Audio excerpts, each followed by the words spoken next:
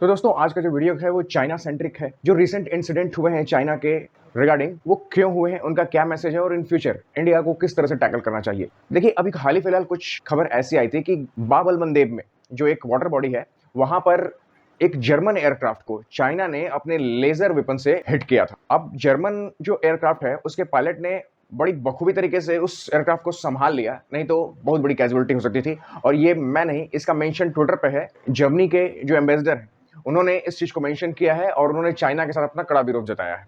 दोस्तों ये चीज पहले भी चाइना ऑस्ट्रेलिया के साथ कर चुका है। आप खुद सोचिए, बाब अल मंदेब जो कि चाइना से बहुत दूरी पर उतनी दूर आकर और उन्होंने जर्मनी के एयरक्राफ्ट को बिना किसी वजह टारगेट क्यों किया। दरअसल चाइना टेस्ट कर रहा है, चाइना ये टेस्ट कर रहा है कि how far will you go, आप कितनी दूर तक जाते हैं। उसने तो अपना काम कर दिया, अब आप क्या रिएक्शन देते हैं ये देख रहा है। वो आपकी कैपेसिटी नाप रहा है। पहले भी ऑस्ट्रेलिया की उसने कैपेसिटी नापी है और उससे पता चल गया है कि ऑस्ट्रेलिया फाइट बैक नहीं करेगा। अब उसका अगला निशाना ईयू पर है। जाहिर सी बात है वो धीरे धीरे इस चीज को पूरे वर्ल्ड के उन ताकतवर कंट्रीज में और अपने जो राइवल हैं उनके साथ आजमाएगा, जिसमें इंडिया भी शामिल है। आने वाले समय में भारत के साथ भी ऐसी हरकतें वो करेगा, तब भारत का क्या रिस्पॉन्स होगा यही तय करेगा कि चाइना आगे अपनी स्ट्रेटेजी बदलता है या नहीं। दोस्तों ऐसा नहीं है कि चाइना का जो मैटर है सिर्फ भारत के साथ है। चाइना ने ये सारी चीजें पूरे ईयू, यूएसए, ऑस्ट्रेलिया और जो जापान जैसी कंट्री उनके साथ भी कर रखी है। लेकिन जो तोड़ है ना चाइना का, वो सिर्फ और सिर्फ भारत के पास है। और ये हाल ही में दिख गया जब दलाई लामा ने अपने जन्मदिन पर ये घोषणा की कि वो अगला दलाई लामा खुद चुनेंगे। इसको लेकर के जो चाइना के एम्बेसडर भारत के थे वो बड़े तड़पड़ाए। उन्होंने ट्विटर पर बहुत सारी बातें कही। ये शिजांग प्रांत है,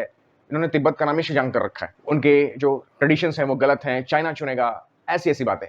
लेकिन दलाई लामा ने साफ कह दिया कि मेरा जो ये ट्रेडिशन है, मतलब मेरे जो उत्तराधिकारी आएंगे वो मैं खुद चूज करूंगा और तिब्बती लोगों का जो रेजिस्टेंस है चाइना के एग्रेशन के खिलाफ वो खत्म नहीं होगा। दलाई लामा के जन्मदिन की बात करें तो उसमें बधाई संदेश देने वाले केवल 3 देश। पहला यूएसए, जो जाहिर सी बात है तिब्बत को खुलेआम सपोर्ट करता है क्योंकि ये चाइना का कमजोर पॉइंट है। भारत, क्योंकि वो चाइना का राइवल है, वेल नोन है, और तिब्बत के जो धर्मगुरु हैं दलाई लामा, उन्होंने शरण भी भारत में ही ली रखी है, तो जाहिर सी बात है भारत करेगा ही। और तीसरा देश है ताइवान। ताइवान ने भी दलाई लामा को जन्मदिन की बधाई दे करके ये दिखा दिया है कि वो चाइना के उस कमजोर नस को बार बार दबाता रहेगा। दोस्तों उससे बड़ी एक घटना हो गई जब अरुणाचल प्रदेश, वो हिस्सा जिसे चाइना खुद क्लेम करता है, उसके चीफ मिनिस्टर ने, पेमा खांडू साहब ने डायरेक्टली कह दिया कि हम चाइना के साथ बॉर्डर शेयर करते ही नहीं है, हम तो तिब्बत के साथ बॉर्डर शेयर करते हैं। वन चाइना पॉलिसी के तहत चाइना सभी कंट्री से कहता है कि कोई ताइवान, हांगकांग, तिब्बत इन सबको अलग नहीं मानेगा, सब चाइना है।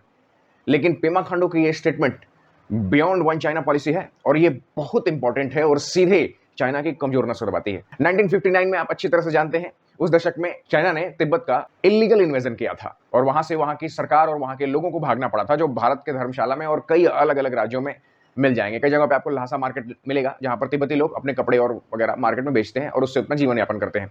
तो कहने का मतलब है सीधी है कि इसी चीज को पकड़ करके चाइना को टैकल किया जा सकता है। यही एक कड़ी है जहां चाइना कमजोर है और ये कड़ी भारत के पास है। ये चीज भूलनी नहीं चाहिए यूएसए को। लेकिन यूएसए क्या करता है ना, यूएसए अभी देखिए हाल ही में एक सीनेटर ने अपना स्टेटमेंट दिया है कि वो एक बोन क्रशिंग सैंक्शन लगाएंगे जो लोग रशिया से ऑयल परचेस करते हैं। अब वो कौन 3 देश है? चाइना, इंडिया और ब्राजील। अब चाइना, इंडिया, ब्राजील में वो चाइना और इंडिया को एक साथ कर देते हैं। अब जाहिर सी बात है चाइना और इंडिया के बीच में इतने डिस्प्यूट है, बॉर्डर डिस्प्यूट है। गलवान वाले जो इंसिडेंट हुआ वो तो अभी तक हमारे सीने में है। यूएसए ये जानता है कि ये दोनों कभी साथ नहीं आ पाएंगे और इसलिए इन दोनों का एक यूनाइट जो रेजिस्टेंस है वो यूएसए को मिलेगा नहीं। ये तो जाहिर सी बात है अगर इंडिया और चाइना मिल करके किसी देश के खिलाफ लड़े तो यहां से होने वाली सप्लाई बंद हो जाएगी। इंडिया जो वर्कफोर्स प्रोवाइड करता है पूरे ऑल ओवर वर्ल्ड में, जो आईटी सेक्टर प्रोवाइड करता है, जो आज भी इंडिया ईयू का वाया रशिया सबसे बड़ा पेट्रोलियम सप्लायर है क्योंकि वहां के आधे से अधिक तेल हमारे यहाँ रिफाइन होती है। इतने रेयर अर्थ्स हैं वो चाइना के पास है। लेकिन यूएसए जानता है कि कभी भी चाइना और इंडिया एक साथ नहीं आ पाएंगे क्योंकि इनके बॉर्डर डिस्प्यूट है और रशिया ये कोशिश कर रहा है कि किसी तरह से एक RIC, रशिया इंडिया चाइना का ट्रायोका बन जाए। इसके लिए तो आपको चाइना और इंडिया के बीच में जो बॉर्डर डिस्प्यूट है वो खत्म करने पड़ेंगे, जो कि बहुत मुश्किल है क्योंकि चाइना एक स्टब बॉर्न कंट्री, वो जानता है कि उसका अगला राइवल